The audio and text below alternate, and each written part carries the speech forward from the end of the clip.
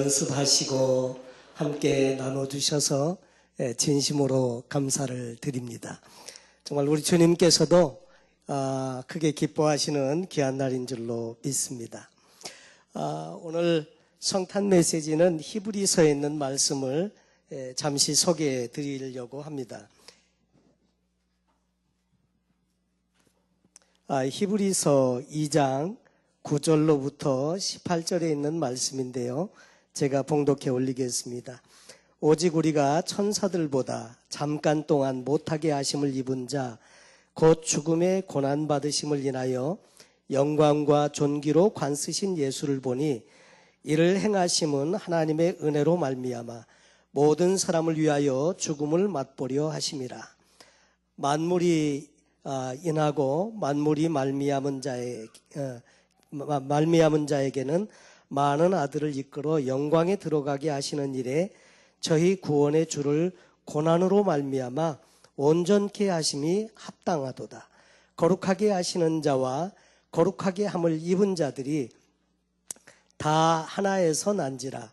그러므로 형제라 부르시기를 부끄러워 아니하시고 이르시되 내가 주의 이름을 내 형제들에게 선포하고 내가 주를 교회 중에서 찬송하리라 하셨으며 또 다시 내가 그를 의지하리라 하시고 또 다시 볼지어다 나와 및 하나님께서 내게 주신 자녀라 하셨으니 자녀들은 혈육에 함께 속하였음에 그도 또한 한 모양으로 혈육에 함께 속하심은 사망으로 말미암아 사망의 세력을 잡은 자 곧 마귀를 없이 하시며 또 죽기를 무서워함으로 일생에 매여 종노릇하는 모든 자들을 놓아주려 하심이니 이는 실로 천사들을 붙들어 주려 하심이 아니요 오직 아브라함의 자손을 붙들어 주려 하심이라. 그러므로 저가 범사의 형제들과 같이 되심이 마땅하도다. 이는 하나님의 일에 자비하고 충성된 대제사장이 되어 백성의 죄를 구속하려 하심이라. 자기가 시험을 받아 고난을 당하셨은즉 시험 받는 자들을 능히 도우시느니라. 아멘. 1950년대 말에 디트로이의 입셀렌티라고 하는 정신병동에서 생긴 실제 이야기라고 합니다. 수백 명의 정신병자들이 그 병원에 입원해 있었는데 지저스 크라이스트라고 하는 이름을 가진 환자가 3명이 있었답니다. 다시 말해서 예수 그리스도라는 이름을 가진 환자입니다. 그 기록에는 각각 본명이 따로 있었는데 자기들이 예수라고 우겨대서 병원 측은 할 수 없이 이들을 나이에 따라서 똑같이 예수라고 하니까 예수 1, 예수 2, 예수 3 이렇게 가지고 부르고 있었습니다. 3명이 함께 모여가지고 이야기하는데 한 예수가 이렇게 말했습니다. 너희에게 분명히 이르노니 나를 숭배해야 돼. 그렇게 말하니까 다른 예수가 반박하면서 말했습니다. 아니야, 너는 피조물에 불과해. 현실을 직시해야지.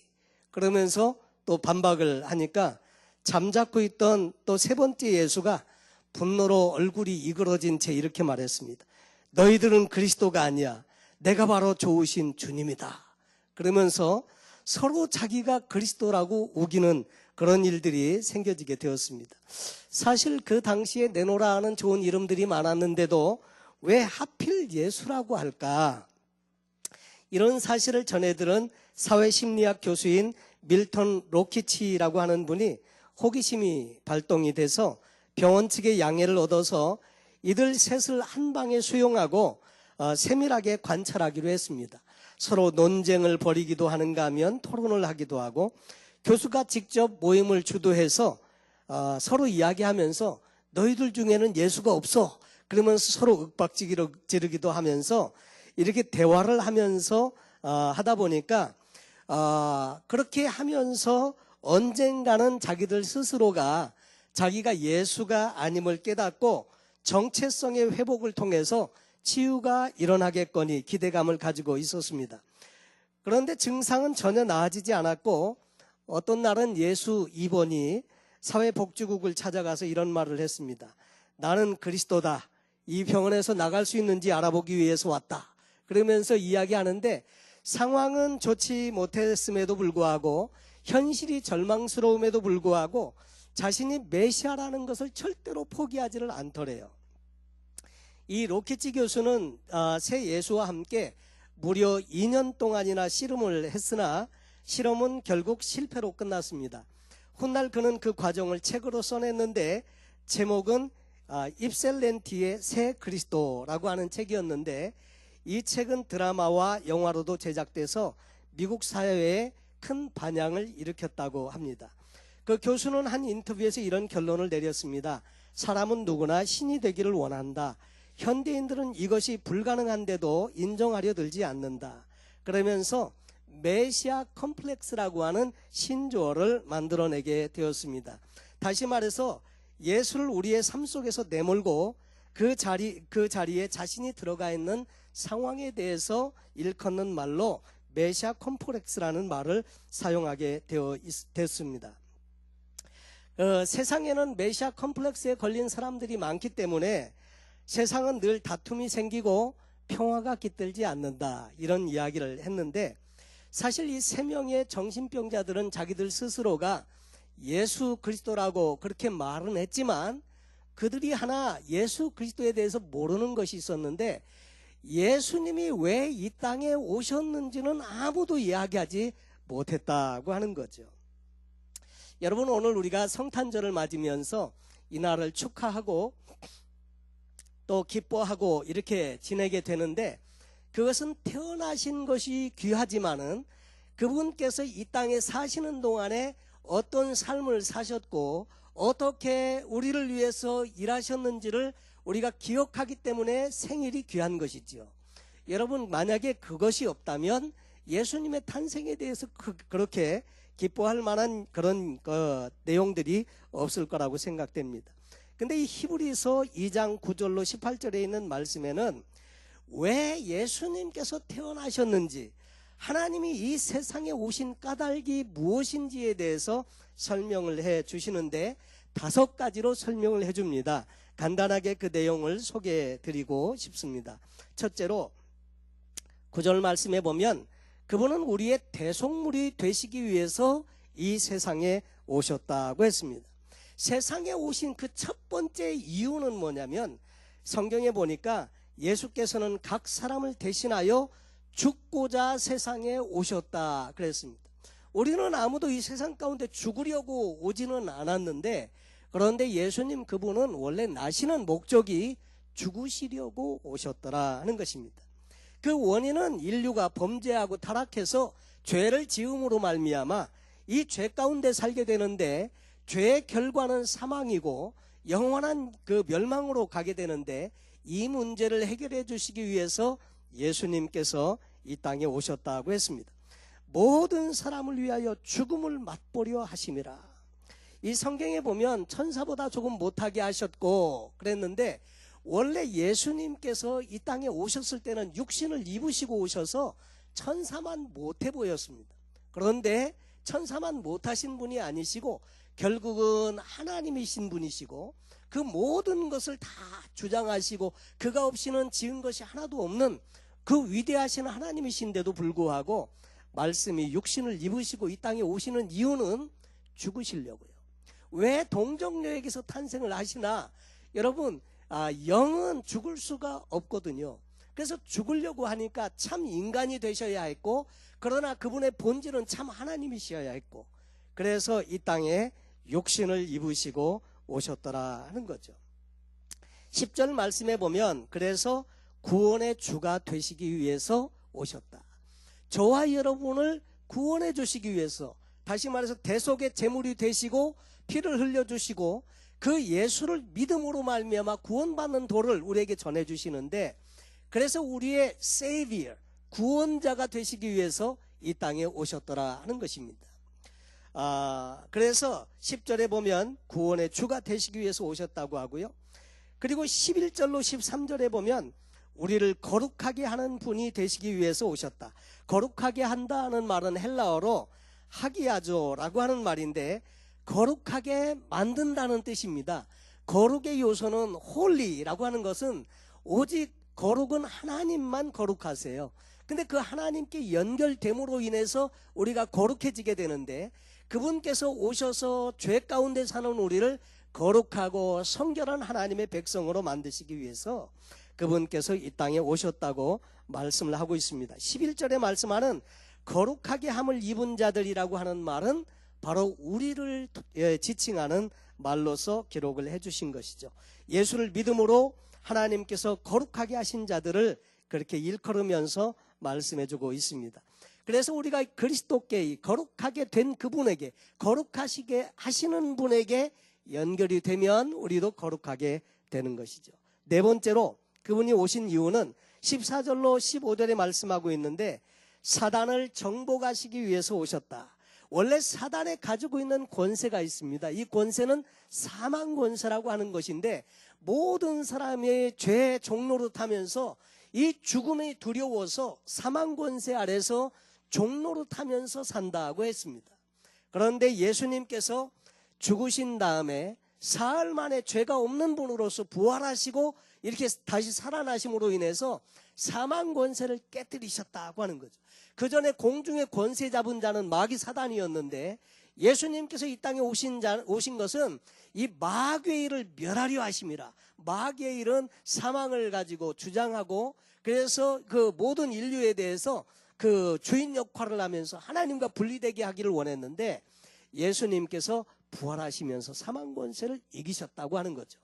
그러면서 예수님께서 마태복음 28장에 보면 하늘과 땅의 모든 권세를 내게 주셨으니, 다시 말해서 사망 권세를 이기시고 부활하시고 승리하시면서 마귀의 권세를 다 회복하신 것을 말씀을 그렇게 해주고 계십니다.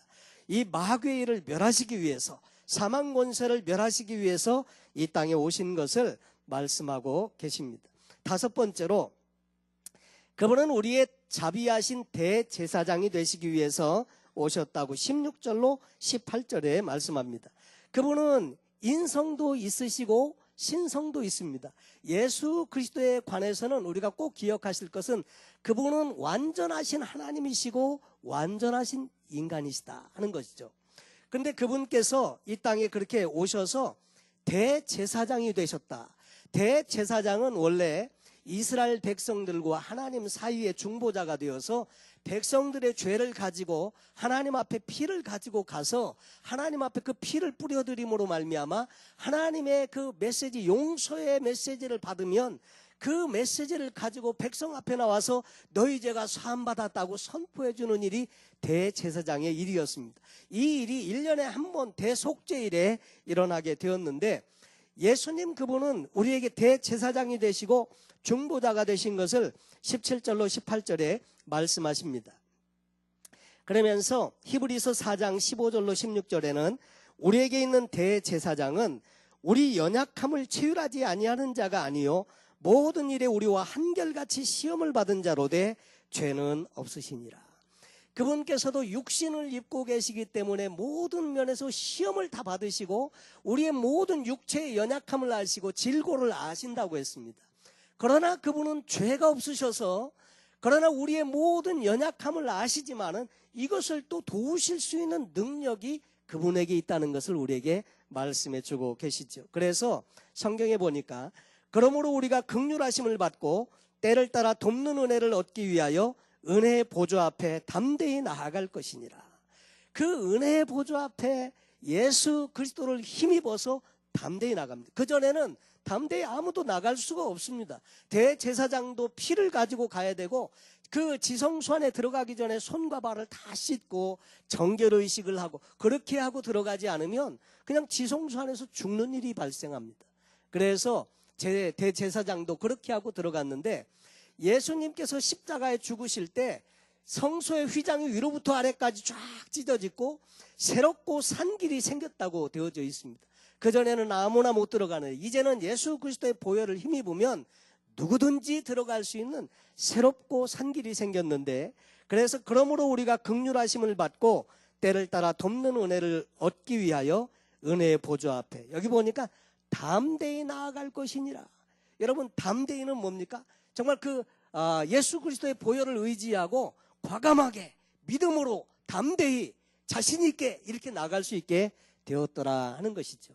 여러분, 사실 이 성탄절이 우리에게 기쁜 날이고 이 성탄절이 의미가 있는 것은 바로 예수님께서 이 일을 이루어 주셨기 때문에 이 일이 의미 있는 일이 되었고, 그리고 이 날이 기쁜 날이 되었고, 이 날이 정말 우리가 그렇게 축하하고 기뻐할 그런 날이 되었더라 하는 것입니다. 여러분, 성탄절은 하나님께서 그 죄짓고 반목한 인간과 화해를 맺기 위해서 예수 그리스도를 우리에게 허락하신 날입니다. 그래서 이 날은 정말 우리가 얼마나 소중한 날인지 몰라. 예수님께서 오셨기 때문에 오늘 우리가 구원받고 하나님의 자녀가 되었고, 오늘 성경에서도 히브리서에도 말씀하시는 것처럼 우리를 형제라고, 우리를 그렇게 칭하면서 우리를 가족의 일원으로 그렇게 인정해 주시는 것을 보게 됩니다. 사랑하는 성도 여러분, 이 성탄절 얼마나 기쁘고 좋은 날입니까? 이 예수님께서 우리를 위해서 행하신 일, 이 5가지, 이것을 우리가 꼭 기억하실 수 있기를 바라는데, 우리의 대속제물, 그 대속물이 되시기 위해서, 구원주가 되시기 위해서, 우리를 거룩하게 하시기 위해서, 또 사단을 정복하게 하시기 위해서 자비하신 대제사장이 되시기 위해서 이 성탄절에 예수님께서 오셨다고 하는 것입니다. 지금도 이 예수님은 하나님 보좌 우편에서 우리를 위해서 중보하고 계시고, 또 성령께서 우리 마음 가운데 와 계시면서 우리가 하나님 나라에 갈 때까지 우리의 삶을 인도하시고 보호하시고 지키시고 또 모든 것을 공급해 주시면서 우리와 함께 계시는 줄로 믿습니다. 우리 사랑하는 사랑교회 모든 성도님들 가정에 이런 은혜가 그치지 아니하고 평생 계속되시고, 또 늘 하나님 안에서 이 기쁨과 감격을 가지시고 정말 복되고 아름다운 인생을 사시는 저와 여러분 되시기를 예수님의 이름으로 축원합니다. 잠시 기도하겠습니다. 하나님 아버지, 감사합니다. 오늘도 이 성탄이 우리에게 의미가 있고 기쁜 날인 것은 예수님께서 이 땅에 오셔서 우리를 위해서 행하신 일들을 기억하기 때문에 이 날이 특별히 귀하고 아름다운 날인 줄로 믿습니다. 오늘도 우리의 모든 삶의 주인 되시고 우리를 하나님의 자녀로 삼아주시며 모든 죄에서 구속하신 그 예수의 놀라우신 복음의 내용을 우리가 기억하면서 기뻐하며 감격해하며 우리의 남은 생에 하나님 앞에 귀하게 쓰임받는 생애로 살게 하여 주옵소서. 성탄의 큰 기쁨이 우리 사랑교회 모든 성도님들과 그 가정과 그 모든 삶의 주변에 가득하게 넘치게 되시기를 간절히 바라오며 모든 말씀 예수님의 이름으로 기도하옵나이다.